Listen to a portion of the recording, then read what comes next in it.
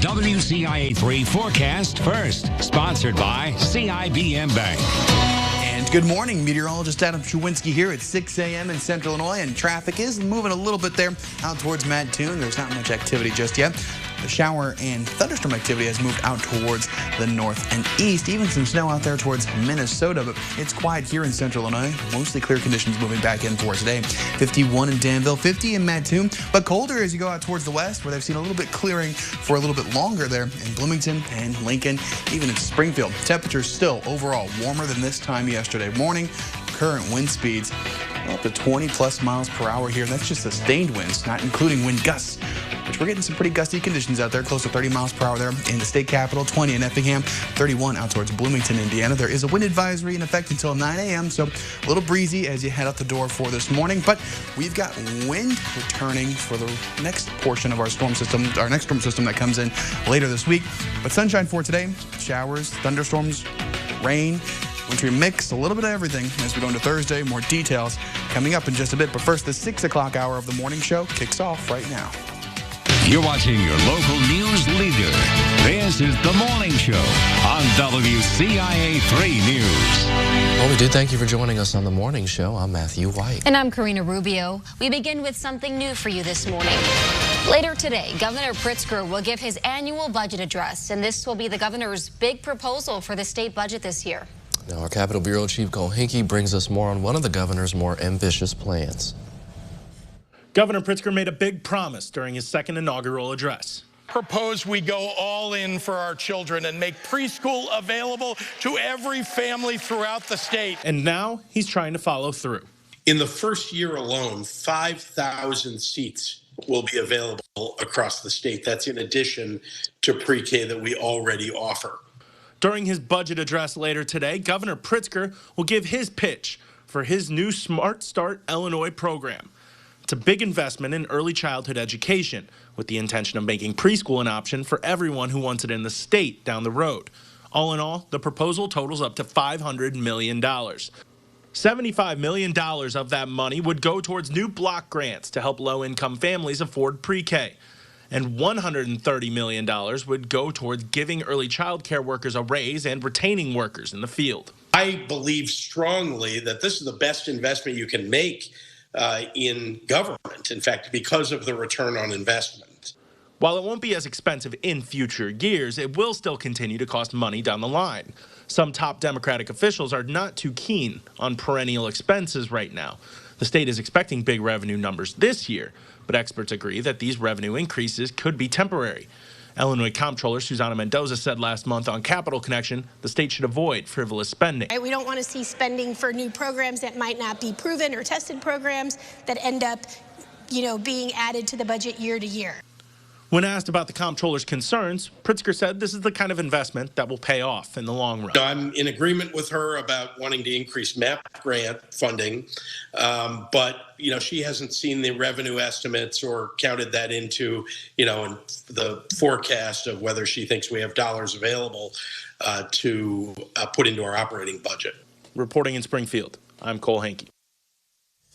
Now, this will be the first time the governor will be pitching the idea to the legislature, and if included directly in the budget, it will still need to be passed by both chambers before all of the money is poured into the program.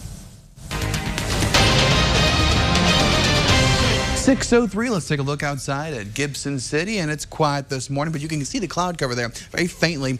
Even though it's a little bit dark out there, we're getting closer and closer towards sunrise, and that means we can see a little bit more of the sky out there. Now, rain has moved off to the north and east away from us. We're seeing drier and clearer conditions start to push their way in here. So 47 in Champaign, 50 in Mattoon. Again, some pockets of clouds still here, but we'll start to see more of a clearing trend progress through the rest of the morning hours, and the winds start to die down as well. Pretty windy to start out this morning with gusts getting up to about 26 miles per hour there in Danville, 32 in Decatur, and 36 in Pontiac. Wind advisory in effect until we get to 9 a.m. this morning.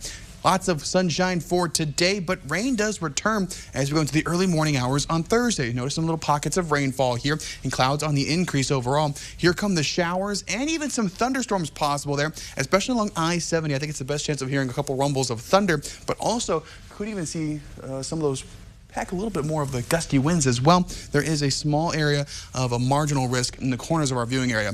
Otherwise, though, to the north, we'll see a better chance of seeing some wintry mix, even some snowfall, and even some rain converting over into those amounts later on in the day for tomorrow. So a messy system for tomorrow, but shouldn't have any impacts for traveling. Just something you might notice on your radar. 56, windy, warm, and sunny.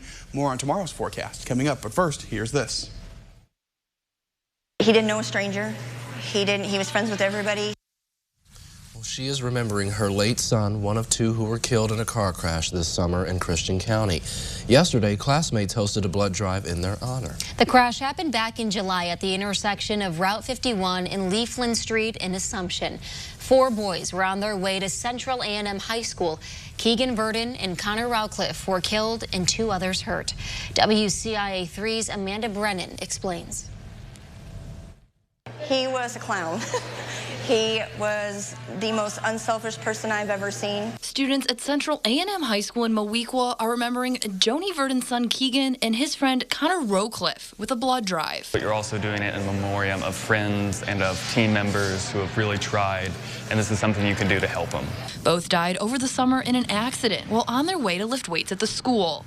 Damian Smith and Kingsley Heineman were hurt, and doctors needed blood to help all of them.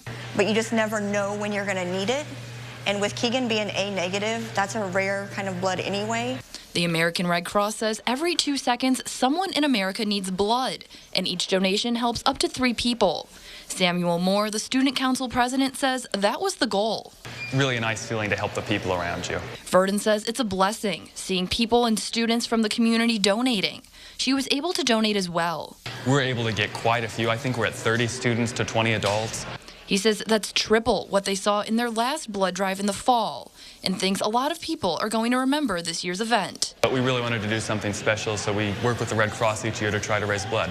Verdon says being at the school helps her with the healing process. The moral support that we have between these 2 communities is overwhelming. And she's thankful for that. I want to keep his memory alive. She's also remembering her son through an organization she started called Keegan's Gifts from Heaven. They collected toys for kids in their own school district around the holidays. And as for the blood drive, they beat their goal of 44 pints and collected a total of 69. Well, we turn now to a follow-up about the intersection where the deadly crash happened. Assumption's mayor says he's been in communication with IDOT. Derek Page says the road markings are repainted, speed limit signs were moved, and there are now some caution flashing lights. He also says IDOT has told him they plan to install a J-turn at the intersection sometime between December of this year and July of the next. They still have to meet with engineers and have more studies beforehand. Now, state police are investigating after an attempted vehicle theft turned into a deadly shooting in rural Christian County. They say a woman was leaving her home with her daughter Monday morning, and police say she noticed someone trying to steal her boyfriend's work truck. That's when she called him, and police say he came out with a gun. 46-year-old James Lindsay was inside that truck. Police say he rammed the car with the woman and daughter inside, and they say the boyfriend then shot and killed Lindsay. No charges have been filed at this point. 2 teenagers have been arrested, though, in connection to a shooting that happened earlier this month near 22nd Street Discount Liquor in Decatur. Sean Howell Jr. was arrested Monday, and then a 16-year-old was taken into custody last week. The victim is still recovering. A U of I custodian is also recovering after someone assaulted him on campus. U of I police say he was working in Gregory Hall on Wright Street when he was hit in the head from behind. He was taken to the hospital and is now recovering at home. Building services will be coordinating with University Police, giving educational campus safety training within the next few weeks. Officers weren't able to find the suspect. Anyone with information is asked to contact the department. And we have new details this morning. The city of Clinton is still investigating the cause of a gas leak that forced the evacuation of 200 homes. We told you officials said a contractor installing fiber optic cable hit a gas line this week. Well, now they say that the company has been relieved of responsibility. We are still working to learn more details, but in the meantime, we spoke with Ameren Supervisor of Natural Gas Public Awareness. He wanted to take this opportunity to remind people to call 811 before digging with a shovel or machine to avoid hitting a gas line underground. Once gas migrates into the sewers, it's kind of, game on. Where it can migrate quickly through sewers, and as it does that, it can quickly get into homes, it can get into buildings and businesses, so it can escalate very quickly. The city's public safety commissioner says the high explosive levels in the sewers could have taken out the whole neighborhood with one spark, but luckily crews responded immediately. Crews also say that they were finished with repairs around midnight that evening.